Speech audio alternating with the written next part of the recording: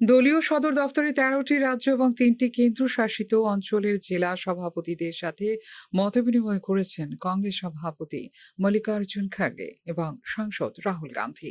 সংগঠনের ভিত্তি জেলা ইউনিটগুলিকে শক্তিশালী করার উদ্যোগের অংশ হিসেবে সারা দেশে জেলা সভাপতিদের নিয়ে বৈঠক করছে কংগ্রেস।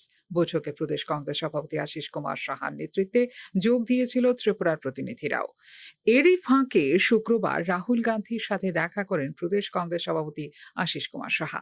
রাজ্যের সাংগঠনিক বিষয়, দুর্নীতি, রাজ্যের এবং জনজাতিদের সার্বিক পরিস্থিতি নিয়ে রাহুল গান্ধীর সঙ্গে আলোচনা হয় বলে জানিয়েছেন প্রদেশ কংগ্রেস সভাপতি আশিস কুমার সাহা। সাথে উপস্থিত ছিলেন প্রদেশ কংগ্রেসের ইনচার্জ তথা সাংসদ সপ্তগিরি শঙ্কর ওলাকা।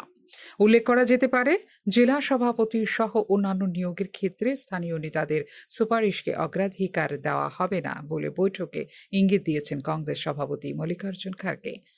নির্বাচনের ভিত্তি হবে সবচেয়ে সক্ষম, প্রতিশ্রুতিবদ্ধ এবং কঠোর পরিশ্রম, জানিয়েছে কংগ্রেস।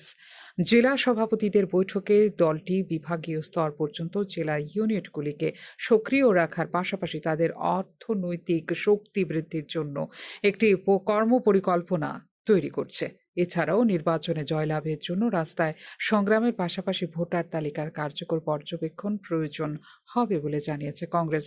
কর্ণাটক, তামিলনাড়ু, কেরল, অরুণাচল প্রদেশ, গোয়া, লাক্ষাদ্বীপ, মণিপুর, মেঘালয়, মিজোরাম, নাগাল্যান্ড, পুদুচেরি, তেলেঙ্গানা, ত্রিপুরা এবং অন্ধ্রপ্রদেশের মতো রাজ্যের প্রতিনিধিরা যোগ দিয়েছিলেন এ সভায়।